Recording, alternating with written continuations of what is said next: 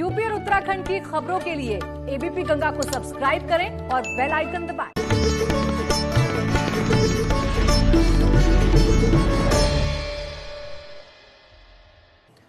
नमस्कार, स्वागत है आपका एबीपी गंगा पर। आप देख रहे हैं उत्तराखंड प्राइम, आपके साथ मैं हूं लवी गुम्बर। आइए खबरों के सफर की शुरुआत करेंगे तो पौड़ी में एडवेंचर स्पोर्ट्स फेस्टिवल की शुरुआत हो गई है।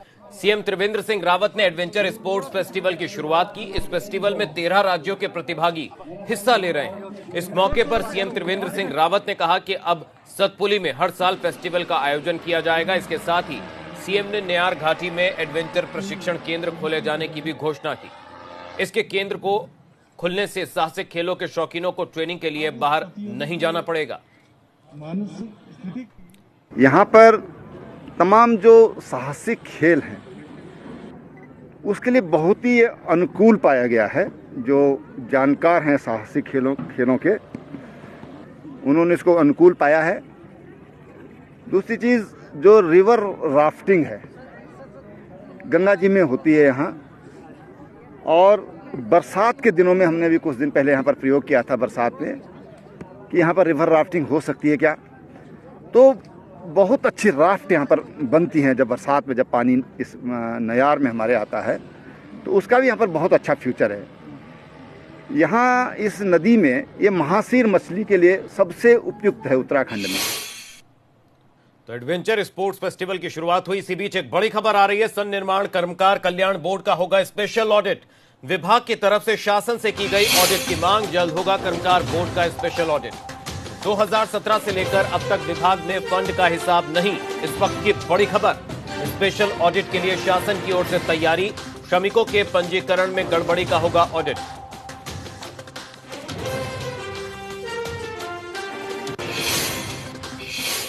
और अब खबर हरिद्वार से, जहां जिला पूर्ति विभाग के बहादुराबाद ब्लॉक स्थित कार्यालय में करप्शन का मामला सामने आया। पूर्ति निरीक्षक मोहन लाल 5000 रुपए की रिश्वत लेते हुए कैमरे में कैद हो गए।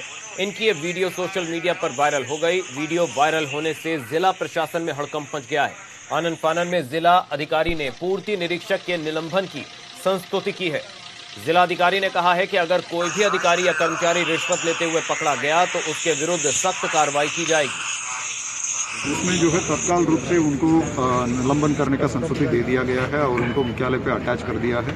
इसके बाद जो है इसका जो वीडियो है उसका भी हम फॉरेंसिक लैब में उसका पुष्टि कराएंगे, विभागीय कार्रवाई करेंगे, सख्ती से सख्ती कार्रवाई होगी।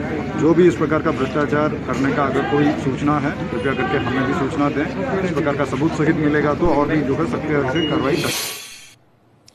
वहीं पूर्व सीएम हरीश रावत ने देवभूमि की जनता से वादा किया है कि अगर 2022 में कांग्रेस सत्ता में आती है तो 200 यूनिट तक बिजली और पानी फ्री देगी। मगर हरीश रावत के इस बयान पर कांग्रेस में ही एक राय नहीं है। उधर भाजपा ने इसे लेकर कांग्रेस पर तंज कसा है। पार्टी के अंदर इस पर कोई चर्चा नहीं हुई है। अगर वो ये प्रस्ताव रहे, देखिए ये सब चीजें तब होती हैं जब हम हाईएस्ट लेवल में वित्त वालों से, योजना तैयार करने वालों से बात करते हैं कि यदि हम ये फ्री करेंगे तो सरकार पर कितना बोझ पड़ेगा। तो इस पे बारीकी से बात होती है। हरीश रावत जी ने इससे पहले भी कहा था, तो उनके पास कोई योजना होगी उस पर हम लोगों की अभी बात नहीं है। पिछले कांग्रेस ने जो कहे वो करे क्या? ये एक सफुगा छोड़ने की बात है। यहाँ बिजली और पानी का पैसा लेकर भी प्रदेश चलाना मुश्किल हो रहा है और वो कह रहे हैं ऐसा। कहाँ से करेंगे? प्रदेश की आमदनी है क्या इतनी? ये दिल्ली है क्या कि यहाँ जीएसटी मिल जाएगी? तो यहाँ तो बहुत मुश्किल से सरकार चलाने का काम है, आर्थिक संसाधन बहुत कम है। तो हरीश रावत के बयान पर कांग्रेस में एक राय नहीं, वहीं भाजपा ने भी चुटकी ली। उधर उत्तराखंड में सियासी गलियारों में इन दिनों बात की चर्चा गर्म है कि कांग्रेस से बगावत करने वाले नेताओं का भाजपा में दम घुट रहा है। इस पर बंशीधर भगत ने कहा कि यह सब कांग्रेस का कराधरा है। कांग्रेस अपने आप ही उछल रही है। नए जाने वाले हैं, नए बागी हैं। वही बागी कह रही, वही आने वाले हैं कह रही। ये जाने वाले कहीं नहीं। किसी प्रकार का कोई धोखे में न रहे, कोई पार्टी छोड़ के जाने वाला नहीं है। उधर किसानों ने अपनी मांगों को लेकर देहरादून और रुड़की में प्रदर्शन किया। भारतीय किसान यूनियन के बैनर के साथ किसान सीएम आवास घेराव के लिए जा रहे थे, मगर पुलिस ने उन्हें ट्रांसपोर्ट नगर में रोक लिया। इस दौरान पुलिस के साथ किसानों की कहासुनी भी हुई। किसान अपनी मांगों को लेकर मुख्यमंत्री से मिलने जा रहे थे। उधर रुड़की के नारसन बॉर्डर पर भारतीय किसान यूनियन तोमर गुट के सैकड़ों किसान देहरादून कूच की कोशिश कर रहे थे, मगर पुलिस ने उन्हें नार्सन बॉर्डर पर ही रोक दिया। इसी से गुस्साए किसान हाईवे पर ही बैठ गए और धरना देने लगे। किसान नेताओं का कहना है कि किसान का हर जगह उत्पीड़न किया जा रहा है। पिछले सत्र का अब तक भुगतान नहीं मिला है, जिससे किसानों की माली हालत ठीक नहीं है। और इस दौरान किसानों ने ज्वाइंट मजिस्ट्रेट को अपनी 6 सूत्रीय मांगों का ज्ञापन भी सौंपा, जिसके बाद धरना खत्म हुआ।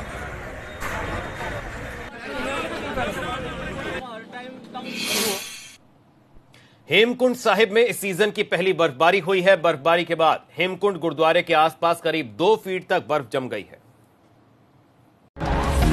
हेमकुंड साहिब में बर्फ ही बर्फ। गुरुद्वारे के आसपास जमी बर्फ।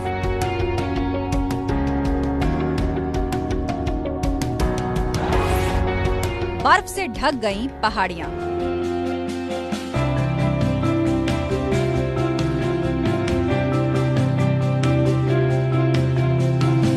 सिखों के पवित्र तीर्थ स्थल हेमकुंड साहिब में कुदरत इस बार कुछ ज्यादा ही मेहरबान हो गई है। तस्वीरें देखिए, हेमकुंड साहिब के आसपास का पूरा इलाका सफेद नजर आ रहा है।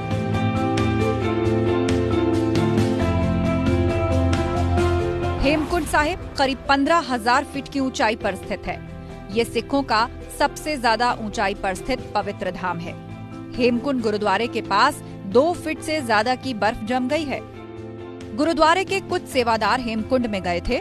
इसी दौरान उन्होंने अपने मोबाइल में वहां की तस्वीरों को कैद कर लिया। तापमान इतना गिर गया है कि हेमकुंड सरोवर भी जम गया है। एबीपी गंगा के लिए जोशीमठ से रणजीत रावत की रिपोर्ट।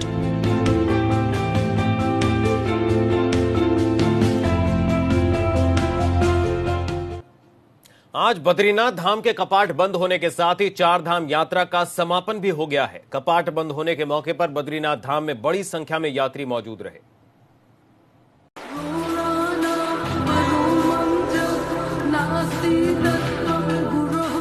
उत्तराखंड की 4 धाम यात्रा का हिंदू धर्म में एक अलग ही महत्व है। हर हर महादेव, जय भोले, नमः शिवाय।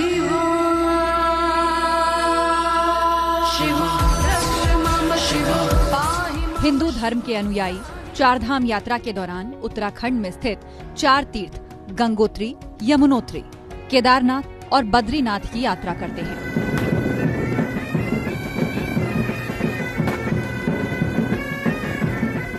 चार धाम यात्रा की शुरुआत हर साल गर्मी के महीने में होती है। सर्दी के मौसम में 4 धामों के कपाट बंद रहते हैं। ये परंपरा सदियों से चली आ रही है। आप लोग भगवान शिव का स्मरण करें, ध्यान करें और आरती का आनंद लें। जय श्री राम। जय श्री राम। इस सीजन में कोरोना की वजह से 4 धाम यात्रा देर से शुरू हुई थी। साथ ही धामों में तीर्थ यात्रियों की संख्या भी सीमित रखी गई थी।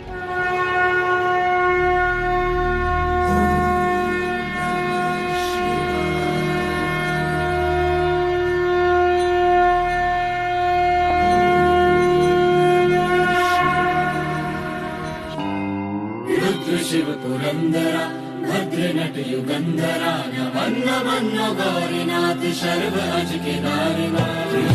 अब चारों धामों के कपाट बंद होने के साथ ही 4 धाम यात्रा का समापन हो गया है।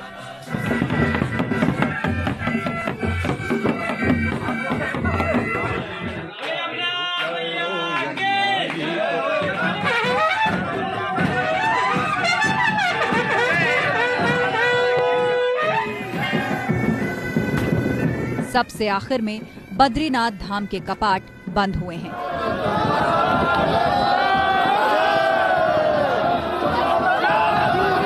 कपाट बंद होने के दौरान बद्री धाम में करीब 3000 श्रद्धालु मौजूद रहे। कपाट बंद होने से पहले श्रद्धालुओं ने बद्री विशाल के जयकारे लगाए।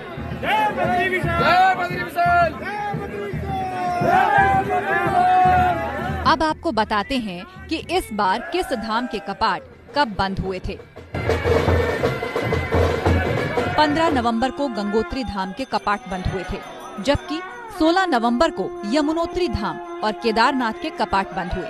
19 नवंबर को बद्रीनाथ धाम के कपाट भी बंद हो गए।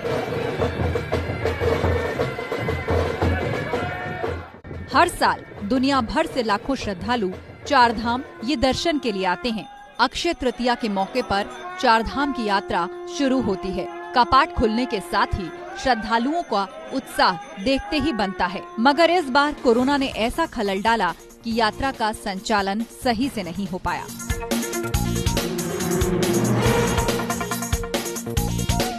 एबीपी गंगा के लिए जोशीमठ से रणजीत रावत की रिपोर्ट।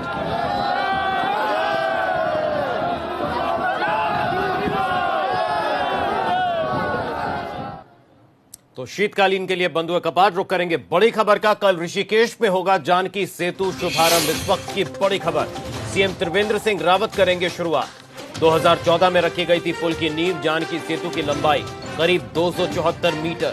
तो पुल से दो पहिया वाहनों की भी होगी आवाजाही। बड़ी खबर इस वक्त की, जानकी सेतु पुल का कल शुभारंभ होगा। सीएम त्रिवेंद्र सिंह रावत करेंगे शुरुआत। उत्तरकाशी में जिला पंचायत में बड़ा फर्जीवाड़ा हुआ है। इस फर्जीवाड़े की शिकायत मुख्यमंत्री से की गई तो अब जांच की जा रही है, मगर बड़ा सवाल यह कि इस मामले को अधिकारी अभी तक कहां दबाए बैठे थे।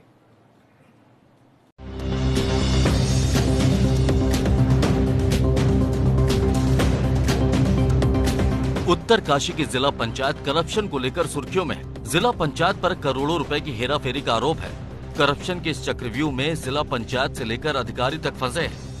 शिकायत पत्र प्राप्त हुआ है कि जिला पंचायत में कुछ निर्माण कार्यों में या अन्य वित्तीय कार्यों में कुछ अनियमितता प्राप्त हुई, तो इसमें हमने 2 अधिकारियों की कमेटी बना के जो भी शिकायत के बिंदु हैं उस पर जांच करने के निर्देश दिए हैं और जांच कल से प्रारंभ हो चुकी है। आरोप है कि बगैर किसी वित्तीय सलाह से जिला पंचायत अध्यक्ष ने करोड़ों रुपए का भुगतान कर दिया। ये मामला इतना बड़ा है कि इसकी शिकायत मुख्यमंत्री से भी की गई थी। मेरे द्वारा माननीय मुख्यमंत्री श्रीमान त्रिवेंद्र सिंह रावत जी को जिला पंचायत द्वारा जो वित्तीय अनियमितताएं व गबन उत्तरकाशी द्वारा किया जा रहा, उसके खिलाफ एक प्रार्थना पत्र दिया था कि जीरो टॉलरेंस सरकार में इस प्रकार की वित्तीय अनियमितताएं या गबन किया जा रहा है, तो उस पर कार्रवाई करते हुए माननीय मुख्यमंत्री श्रीमान त्रिवेंद्र सिंह रावत जी ने श्रीमान गढ़वाल आयुक्त को आदेशित किया था कि इसकी जांच की जाए। धांधली बड़ी है, इसीलिए डीएम ने इसकी जांच मुख्य विकास अधिकारी को सौंप दी है। नहीं, जिला पंचायत के कुछ माननीय सदस्यों ने माननीय मुख्यमंत्री से कुछ शिकायत की थी जी, तो उसकी जांच के लिए फिर डीएम साहब ने मुझे कहा है और मैं और ट्रेजरी अफसर साहब इसमें मेंबर है। बस अभी जांच हम शुरू करने वाले हैं, टिकट मिल जाए तो हम करते हैं। मगर बड़ा सवाल यह है कि जिला पंचायत में अगर इतनी बड़ी धांधली हुई है तो क्या अधिकारी इससे बेखबर थे? वैसे भी सरकारी दफ्तरों की 60 गांठ के बगैर कोई काम कहाँ होता है। इसीलिए कहा जा रहा है कि अगर इस धांधली की जांच सही साबित हुई तो धांधली की कमाई से जेब गर्व करने वाले कई बड़ी मछलियां भी जाल में फंस सकती हैं। एबीपी गंगा के लिए उत्तरकाशी से दिग्वीर बिष्ट की रिपोर्ट। एक और बड़ी खबर का रुख करेंगे। देहरादून से आ रही है बड़ी खबर। सीएम त्रिवेंद्र सिंह रावत ने दिए सचिवों को निर्देश, सभी जिलों में जाकर अधिकारियों के साथ होगी समीक्षा। विभागीय सचिव अधिकारियों के साथ करेंगे योजनाओं की समीक्षा। इस वक्त की एक और बड़ी खबर देहरादून से। बड़ी खबर देहरादून से, सीएम त्रिवेंद्र रावत ने सचिवों को दिए निर्देश। विभागीय सचिव अधिकारियों के साथ करेंगे योजनाओं की समीक्षा। सभी जिलों में जाकर अधिकारियों के साथ होगी समीक्षा। उधर पिथौरागढ़ में कोरोना के मामले लगातार बढ़ते जा रहे हैं। इन सब के बीच क्वारंटीन सेंटर की हालत बदहाल है। इसी को लेकर कांग्रेस ने डीएम ऑफिस पर प्रदर्शन किया। कांग्रेस का कहना है कि पेड सेंटरों में संक्रमित मरीजों से पेमेंट तो लिया जा रहा है, पर उसके हिसाब से सुविधाएं उनको नहीं दी जा रही।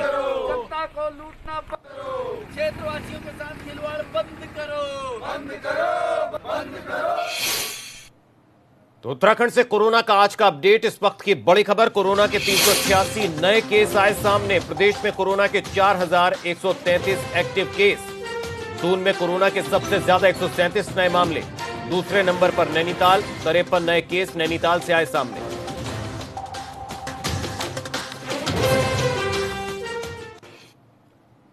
रुद्रपुर के पंतनगर स्थित सिडकुल इलाके में दर्दनाक हादसा हुआ है। बाइक सवारों को यहां एक ट्रक ने टक्कर मार दी और इस हादसे में युवक और महिला की मौत हो गई, जबकि बाइक चला रहा युवक घायल हो गया। हादसे के बाद ट्रक चालक ट्रक को मौके पर छोड़कर ही फरार हो गया। पुलिस हादसे की जांच कर रही है।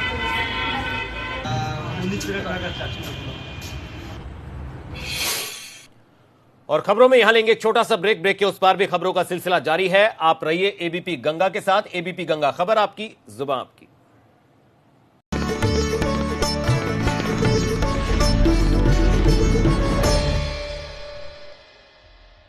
स्वागत है आपका। ब्रेक के बाद खबरों में बढ़ेंगे आगे। भाजपा विधायक महेश नेगी और महिला से जुड़े मामले में हर दिन कोई नई बात सामने आ रही है। अब सवाल पुलिस की जांच को पौड़ी ट्रांसफर किए जाने पर उठ रहे हैं। कानून के जानकारों का कहना है कि जांच ट्रांसफर करने के लिए कई पहलुओं पर विचार किया जाता है, मगर इस मामले में तो ऐसा कुछ भी होता दिखाई नहीं दिया है। दोनों ही पक्षों में से देहरादून में चल रही जांच को लेकर कोई आपत्ति पत्र नहीं दिया गया था। ऐसे में सवाल यह कि पुलिस ने इस जांच को आखिरकार कैसे ट्रांसफर कर दिया।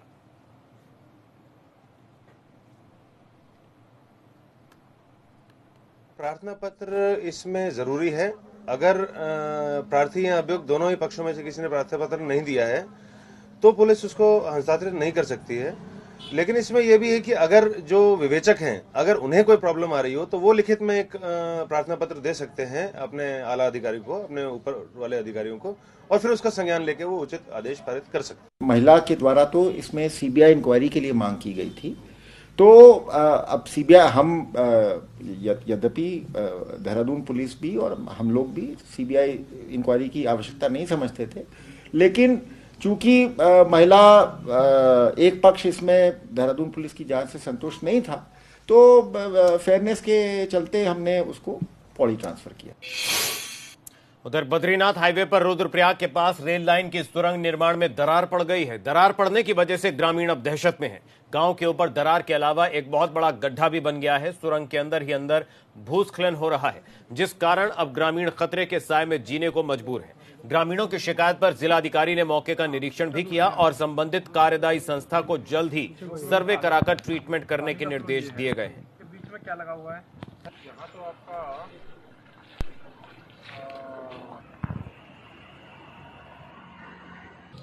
मकाने जो है क्षतिग्रस्त होने को है। सारे मकानों में दरारें आ रखी हैं। सारे गांव में देखने भी आए हैं, उसका भी कोई कार्रवाई नहीं हुई है। और अब जो है नहर पे ये बहुत बड़ी दरार आ गई है, यहाँ तक कि पता नहीं कितने ट्रक चले गए वहाँ मलमा के, लेकिन वहाँ भी परान पूरा नहीं हो रहा है। उधर टिहरी में डीएम ने जिला अस्पताल बौराड़ी का औचक निरीक्षण किया। निरीक्षण के दौरान अस्पताल में कई डॉक्टर और कर्मचारी नदारद पाए गए, जिसे लेकर डीएम ने अस्पताल से जवाब मांगा है। वार्डों में साफ सफाई व्यवस्था दुरुस्त नहीं होने पर भी डीएम ने अस्पताल प्रबंधन को फटकार लगाई है। या तो डॉक्टर्स यहाँ मौजूद पाए गए, लेकिन कुछ स्टाफ थे यहाँ पर जो कुछ तो गवर्नमेंट के लेवल से भी कंसल्टेंट वगैरह थे, तो वो मिसिंग है। तो इनका एक्सप्लेनेशन कॉल किया जाएगा और जो भी अन्य लोग यहाँ पर अनुपस्थित पाए गए हैं, जो बेसिकली गवर्नमेंट के लेवल से हमने देखा कि हैं, उनका एक्सप्लेनेशन अभी हम कॉल करेंगे और पता करेंगे कि ये क्यों नहीं है। टिहरी झील को वर्ल्ड क्लास बेस्ट डेस्टिनेशन बनाने की तैयारी की जा रही है, मगर इस पर पर्यटन मंत्री सतपाल महाराज का कहना है कि इसके लिए पहले डिजाइनर और आर्किटेक्ट की सलाह देनी चाहिए।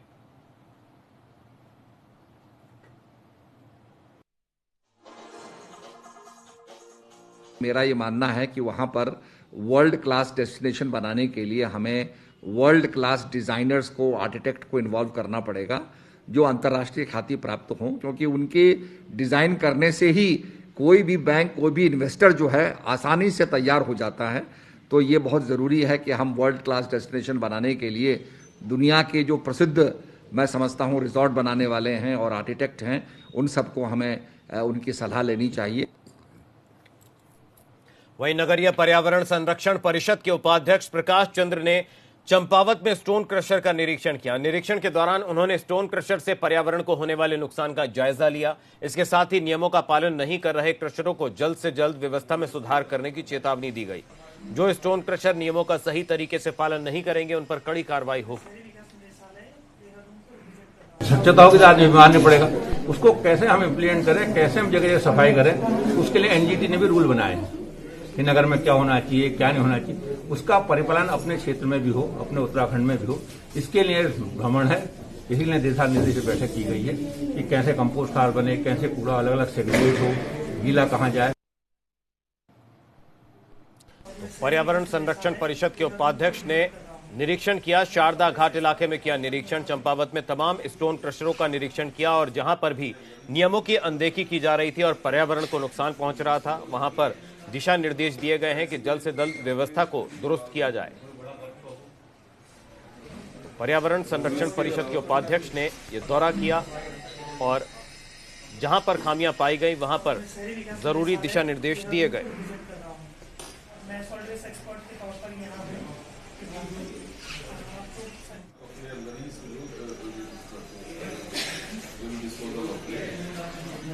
ऐसी कोई एजेंसी यहाँ पे तो फिलहाल नहीं है। बड़ा आपको बता दें, स्टोन क्रशरों का निरीक्षण किया गया, शारदा घाट इलाके में निरीक्षण किया गया जहां तमाम स्टोन क्रशर लगाए गए थे और जहां जहां खामियां पाई गई, जहां देखा गया कि पर्यावरण को इससे नुकसान पहुंच रहा है, वहां जल्द ही व्यवस्था में सुधार लाने के लिए दिशा निर्देश जारी किए गए। ऐसी कोई एजेंसी यहाँ पे तो फिलहाल नहीं है। बड़ा के अलावा। और इसी के साथ उत्तराखंड प्राइम में अभी बस इतना ही। एबीपी गंगा पर खबरें लगातार जारी हैं, रहिए एबीपी गंगा के साथ। एबीपी गंगा, खबर आपकी, जुबान आपकी।